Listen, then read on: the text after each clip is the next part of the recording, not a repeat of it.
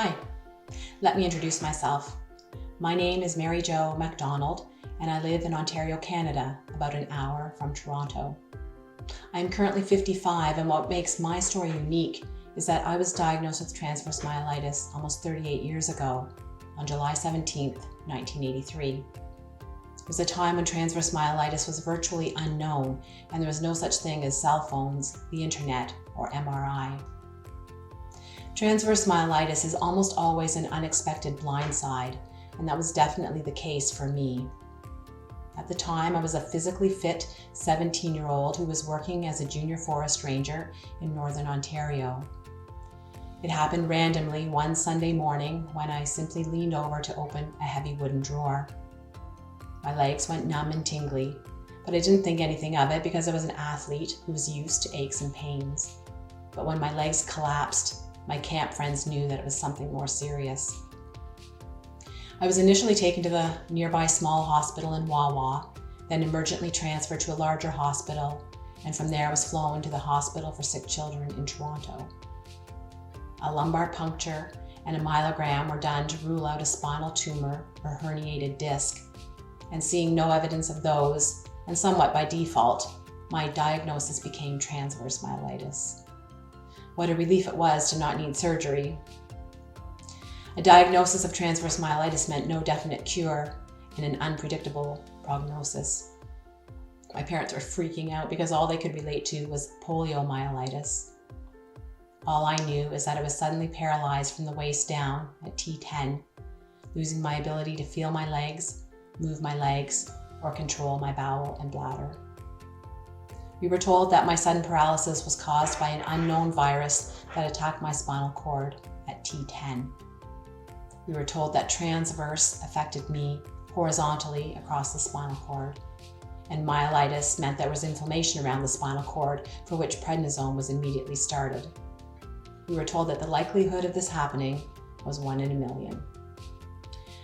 Doctors were cautiously optimistic that I might walk again, but said I would never run again or play sports.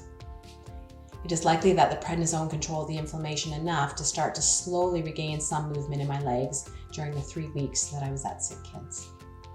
And truthfully, I was more shocked and devastated when the doctor told me I would be going to the Ontario Crippled Children's Centre for rehabilitation. I wasn't crippled, and I was adamant that I'd be returning to junior ranger camp that summer and playing senior basketball that September in high school. I spent 4 months at the Ontario Crippled Children's Centre, and although it was initially a nightmare to be living with kids who had the most severe genetic and acquired disabilities from across the province, it was the best place for me to learn how to live life in a wheelchair and not feel sorry for myself. By the time I was discharged at Christmas, I was able to walk short distances using forearm crutches, but relied on a wheelchair for distance and speed. My therapist did not support my need for a wheelchair because I was improving, so my neighbors chipped in to buy me a sporty wheelchair, which gave me so much freedom. I started competing as a disabled athlete, playing wheelchair basketball, racing short distances in track, and beating the national record in swimming. However, as my physical abilities improved, I was no longer disabled enough to compete, crushing my dreams of becoming a Paralympian. Even though my walking was improving, I could not run and was unable to compete in able-bodied sport. Now I remain physically active, but on my own terms, and I enjoy swimming, kayaking, and dancing. This is my story of transverse myelitis.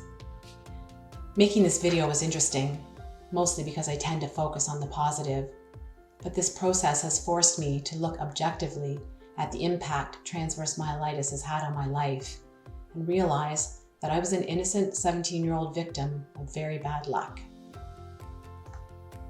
My story is one of success. I beat the odds and I recovered amazingly well. I look healthy, I'm a highly functioning adult.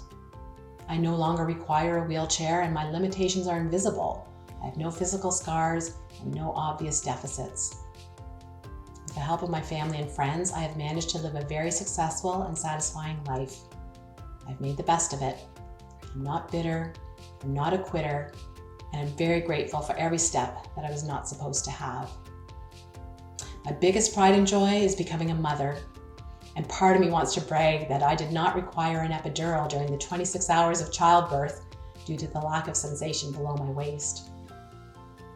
I have obtained university degrees in psychology and occupational therapy, resulting in a successful career as an occupational therapist, and I recently retired from a 25-year career where I was able to use my life experiences to help others through the process of rehab. I want to be an inspirational example and show that my life is better because of transverse myelitis and all the life experiences it has introduced me to. I want to shout that life can still be amazing despite having an invisible disability, and all of that is true. But it is also true that transverse myelitis drastically altered my life, causing enormous challenges initially and ongoing challenges along the way. It has affected me every single day. It was every bit as catastrophic as having been paralyzed in a motor vehicle collision, but there's nothing to blame but a nameless, microscopic virus that chose to attack my spinal cord and turn my world upside down forever. Transverse myelitis is a lifelong burden that I have learned to live with. I hide it well. You can't see my profound fatigue, my muscle spasms, my impaired sensation, my irritable bladder.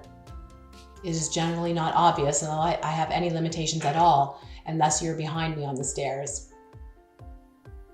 These days, my body is tired. My legs feel weak and sometimes spontaneously give out on me, putting me at risk for falling. Every step requires a concerted effort. The physical effort to get through the day leaves me fatigued, such that I sleep 9 hours at night, supplemented with naps during the day. I have no choice but to pace myself and put my energy where it counts the most. I worry that the frequency and urgency of using the bathroom will worsen as I age. In closing, I'm a 55-year-old transverse myelitis veteran who has lived with transverse myelitis for almost 40 years and by all accounts has successfully overcome transverse myelitis. I don't dwell on the negative. I choose to see the blessings in my life and live with gratitude. But if I'm being honest, I wish I could say it has gotten easier over time. If anything, it has gotten harder. I'm still not sure if transverse myelitis is a mixed blessing or a mixed curse. My name is Mary Jo McDonald. I have transverse myelitis, and this is me.